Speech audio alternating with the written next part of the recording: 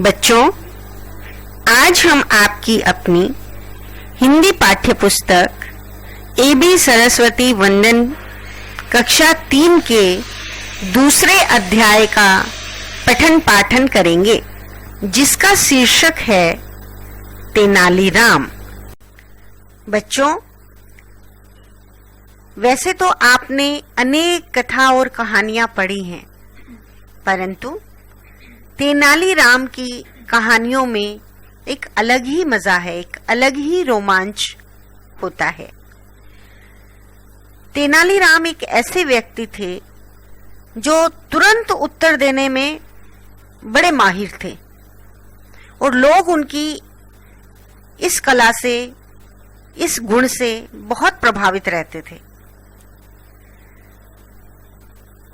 इस कहानी में हम तेनालीराम के बारे में विस्तार से जानेंगे कि तेनालीराम किसके दरबार के कवि बने, क्यों बने, क्या कारण था, लोग क्यों प्रभावित रहते थे।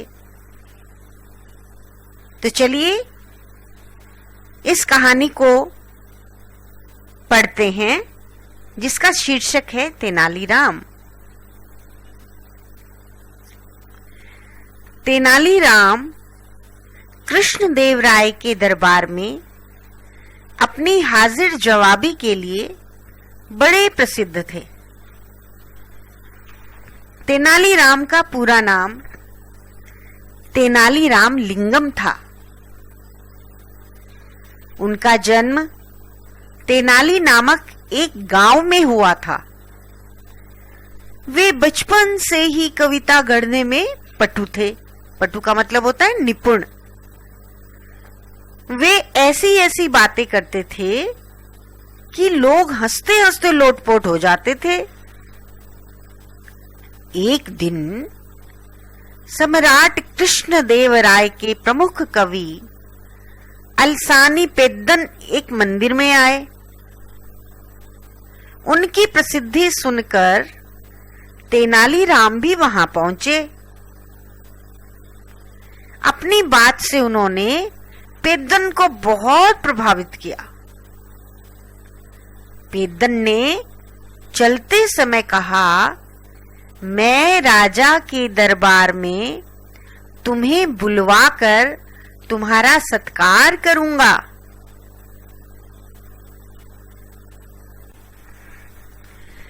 जब काफी दिन बीत जाने पर राजा के दरबार से कोई बुलावा नहीं आया तो तेनालीराम बड़े चिंतित हुए। वे राजधानी हम्पी विजयनगर पहुंचे और अलसानी पेद्दन से मिले, पर उन्होंने ऐसा भाव दिखाया जैसे तेनालीराम को कभी देखा ही ना हो। लेकिन तेनालीराम तनिक भी नहीं घबराए। उन्होंने राजा को अपनी हाजिर जवाबी और चंचल स्वभाव से इतना प्रभावित किया कि राजा ने खुश होकर तेनालीराम को अपने दरबार में रख लिया। बच्चों, फिर क्या हुआ?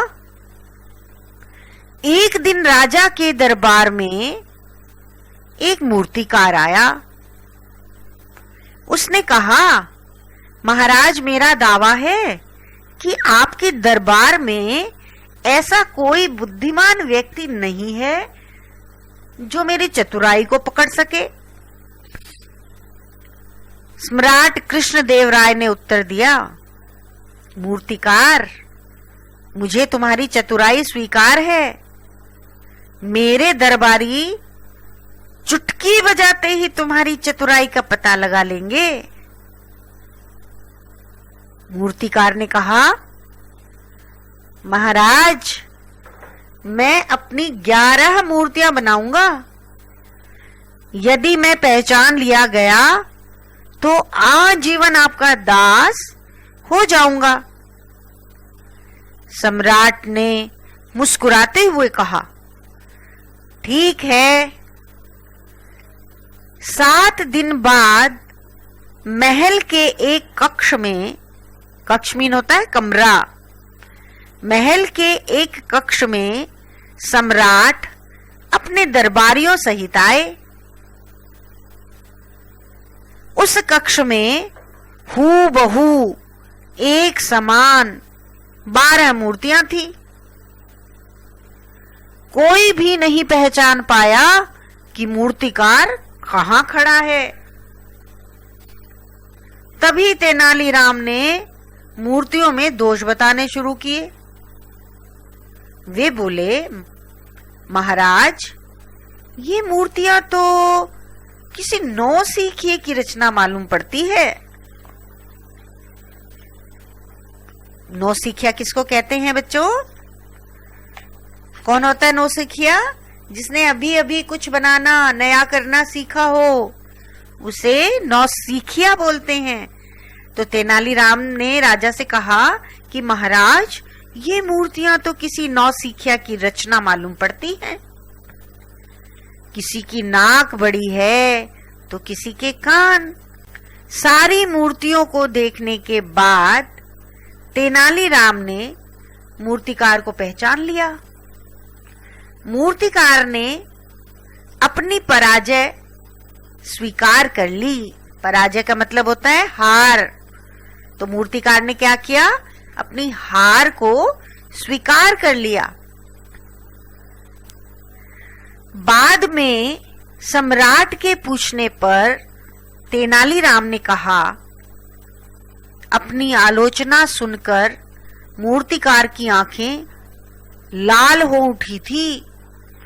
बस इसी से मैंने उसका पता लगा लिया।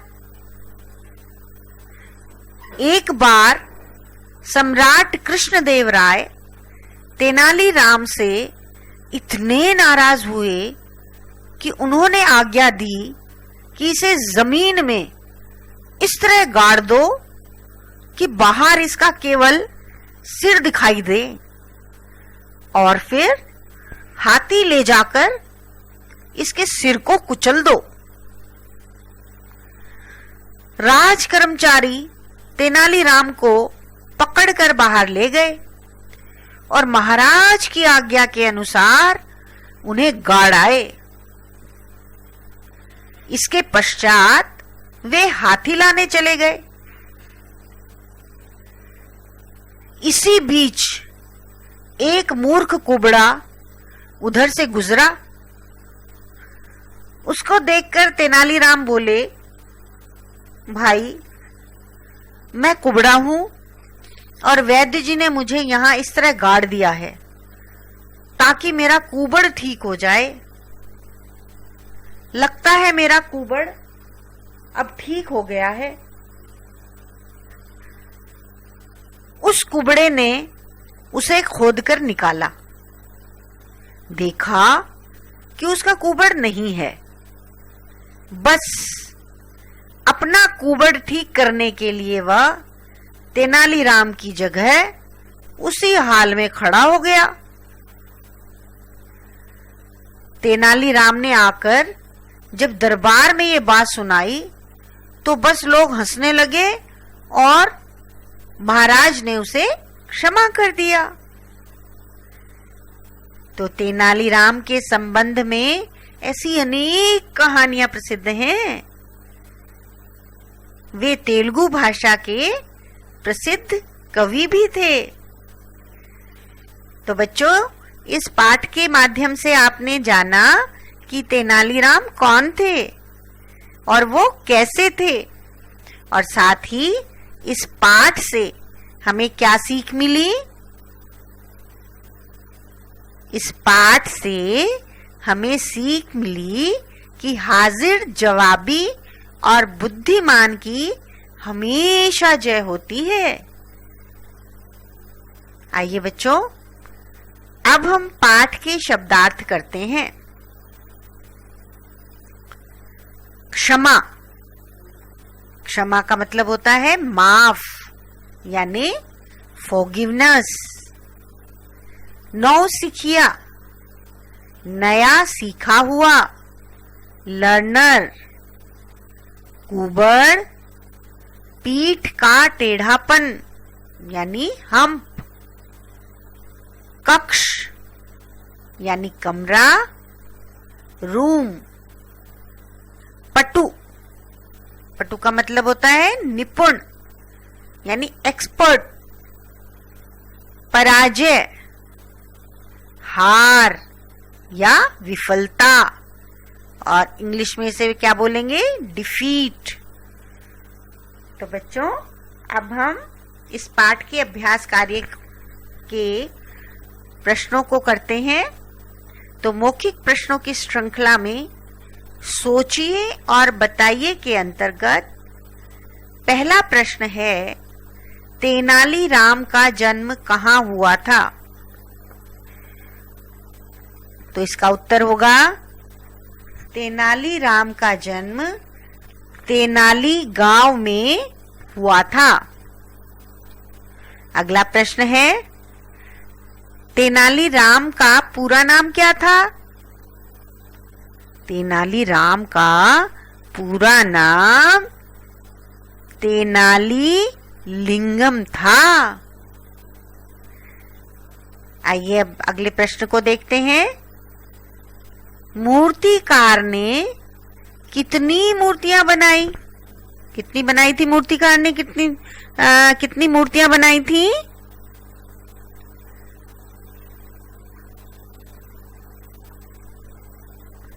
मूर्तिकार ने 11 मूर्तियां बनाई थी।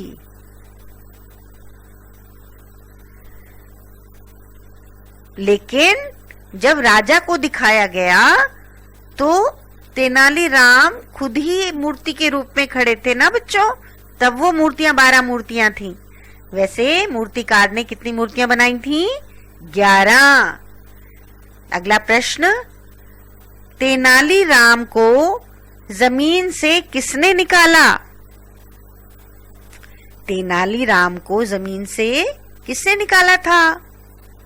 तो इसका उत्तर होगा, तेनालीराम को जमीन से एक कुबड़े व्यक्ति ने निकाला। आगे बढ़ते हैं। लिखित पाठ ज्ञान में पहला प्रश्न है, किसने कहा? तो लाइए प्रश्न की लाइन को पढ़ते हैं हम। मैं राजा के दरबार में तुम्हें बुलवाकर तुम्हारा सत्कार करूंगा। ये लाइन किसने बोली थी? अलसानी पेद्दन ने। तो इसका सही उत्तर होगा अलसानी पेद्दन। अगली पंक्ति को पढ़ते हैं। महाराज, ये मूर्तियां तो किसी नौसिखिए की रचना मालूम पड़ती है। किसने कहा? ये लाइन किसने बोली थी? तेनालीराम ने। तो इस प्रश्न का उत्तर होगा तेनालीराम। अगली पंक्ति पढ़ते हैं। भाई, मैं कुबड़ा हूं और वैद्य जी ने मुझे यहां इस तरह गाड़ दिया है। ये वाली पंक्ति किसने बोली थी? बोलो बोलो। हाँ, ये वाली पंक्ति तेनालीराम ने बोली थी। तो इसका सही उत्तर होगा तेनालीराम ने। अब प्रश्न नंबर 2। प्रश्न नंबर 2 है, दिए गए शब्दों की मदद से खाली स्थान भरिए। बच्चों, यहाँ 5 खाली स्थान दिए हुए हैं और सामने दी गई मंजूषा में भी 5 शब्द हैं। तो हमने सही खाली स्थान में सही शब्द को भरना है। तो पहला है हमारा, तेनालीराम ने डैश में दोष बताने शुरू किए। किसमें दोष बताने शुरू किए? मूर्तियों में। तो पहले खाली स्थान में आएगा मूर्तियों। अगला वाक्य पढ़ते हैं।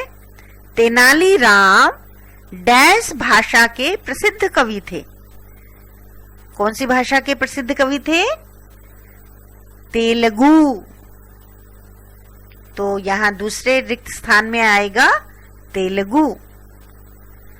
अगला रिक्त स्थान देखते हैं।